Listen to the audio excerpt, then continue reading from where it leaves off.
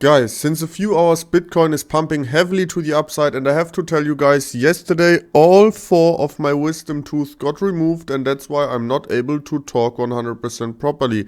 But still, no matter what guys, I'm here to bring you some very important information. Besides the charts, we are also going to look at these very important on-chain data and statistics on Bitcoin, guys, that will tell us more about where we can expect to find the bottom for Bitcoin. But first of all guys, I would really appreciate it if you could now smash up a like here on today's video, because I'm very sure that the information in today's video is extremely important, because otherwise I wouldn't be making a video while all of my 4 wisdom tooth got pulled out yesterday.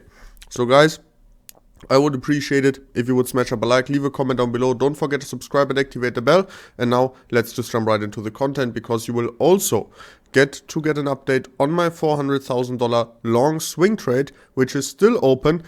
Maybe you guys remember this trade was in a loss of $80,000. Now it's only in a loss of $40,000. What is going on here? Is it time to scale this trade up? Is it time to close it in a small loss, because we need to expect Bitcoin to fall to prices of $14,000 to $16,000?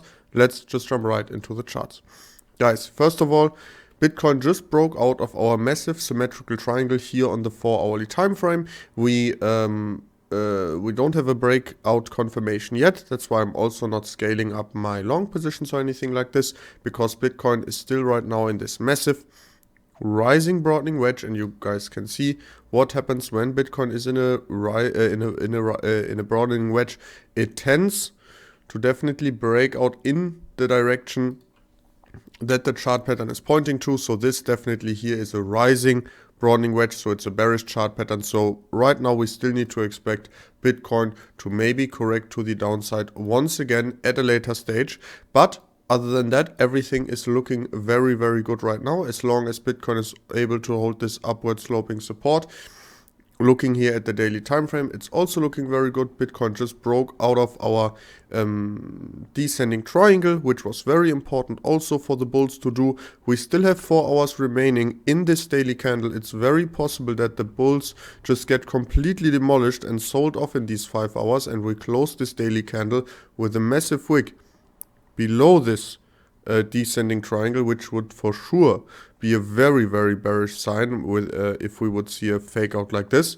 But if we're able, and this is the more likely scenario right now, if we're able to close the daily candle above here the $20,600 to $700 level, we can expect upwards moving prices from now on for the upcoming week, and also for the rest of the week, for the rest of this week, and also for the weekend. The most important level that we still need to break to the upside on the daily time frame is right now the $21,500 level. As soon as a daily candle closes above that, I mean, we have a completed W pattern, which could be our final bottom pattern here for this current bear market. But we need to keep in mind that before we can get overly bullish again and we can start opening massive multi-million-dollar long positions again like we normally do in bull runs, we need to keep in mind that still the $27,000 level needs to be broken. That's our first 0.618 Fibonacci retracement level. And you can see that the daily, the weekly, and another weekly 0.618 Fibonacci retracement level is still above us before we can 100% be sure that this is the end of the bear market, because as you guys know, Bitcoin loves to get rejected from the 0.618s and loves to then form lower lows. So we need to be aware of that, and we can only step by step get bullish step by step, and not just going all in at one certain price level, because this, in the current market situation in general, looking at the global economics, I don't think that would be a good idea here right now. But now, besides the charts, and on the charts everything looking relatively positive, let's take a look at the on-chain data, guys. And we want to take a look at something very interesting, because most of the time, right before Bitcoin starts or pretty much ends its bear market, normally we see a huge rise of people with one Bitcoin in their holdings. So Bitcoin addresses that only have one Bitcoin, or one or more Bitcoin.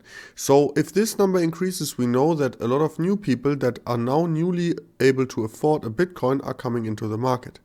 And what we can see here is that interest of new people is not dying down. There's definitely new people still joining the market, and that's why this BTC, the number of addresses holding one or more BTC, is going up relatively rapidly right now, like it has been in the past, right before bear markets tend to end. Right here also we saw a massive run up when the bear market started to end. So this is something that also tells us that the Bitcoin bottom might be within the next 6 to 8 weeks, and this might even be already the bottom, depending on what happens at the $27,000 level.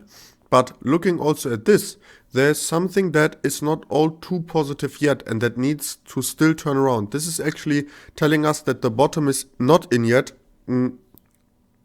It's actually telling us that the bottom might take a couple of weeks more to occur, and also it tells us that the bottom probably will occur at the lower price. Why is that? This is because this shows us the USDT, I mean this is the biggest stablecoin in crypto still, the inflow of USDT to exchanges, it's the hourly chart, it's on hourly, it's counted hourly, but it's the 7-day moving average. And what we can see here on the 7-day moving average is that in bull runs we tend to trend upwards with the USDT that are flowing in. Interestingly enough, we are trading downwards and we are forming lower lows and lower highs already since the first big drop off after we touched the 11-year resistance on the weekly time frames. So this definitely shows us that the bull market top, like we also speculated in our last videos, was already reached here, and this was a manipulation price move because we pumped way higher, but the USDT inflow was actually going down during that time and was very low compared to other market times, right? And since then, actually the USDT inflow has been going down. Even while the price is dumping, overall the USDT inflow is going down. For sure, when we have these massive wicks, we get huge deposit spikes, but in general, as you guys can see, the USDT, we are forming lower highs and lower lows. So as long as this doesn't change and also flip around like it did right before we saw our run up and right before we saw the break of our all-time high, when we don't see higher highs and higher lows coming in here, this could definitely be a sign that there's still not enough new money flowing, or that there's enough interest of new money flowing into the market at the current prices, and that we need to go lower before the USDT inflow can catch up again. So guys, this is definitely now one of the most important things to keep an eye on. We need to keep an eye on this rising broadening wedge. If we break here to the downside, this still is not a bad sign. This could just result in a retest of our symmetrical triangle on the 4-hourly, and it could just result in a retest here over the following days, over the weekend, for example, of this descending triangle. So all of this is possible. We would form here somewhat of a inverse head and shoulders or triple bottom. This is also possible. The most important thing is in the bullish scenario that we keep an eye on the $27,000 level, and we need to make sure that this daily candle doesn't close below the $20,500 level, because if that happens, we would have here a massive bearish case, and I would actually open up a short scalp position to be prepared for the next couple of days, some downside to come back to the $19,000 level, which then holds or potentially breaks, which would lead us then to lower prices like we discussed in our last videos. But now guys, I really hope you enjoyed the video. Sorry that my voice is a little bit different and I'm very, very tired and everything. But like I said, 4 wisdom tooth out at once yesterday. Yeah, it's just not that easy to talk yet. I hope it's going to be like before again in a matter of only 1 or 2 days. Guys, we are going to see us in the next video. Thank you very much for supporting. Thank you very much for subscribing, activating the bell, leaving a comment down below and liking the video.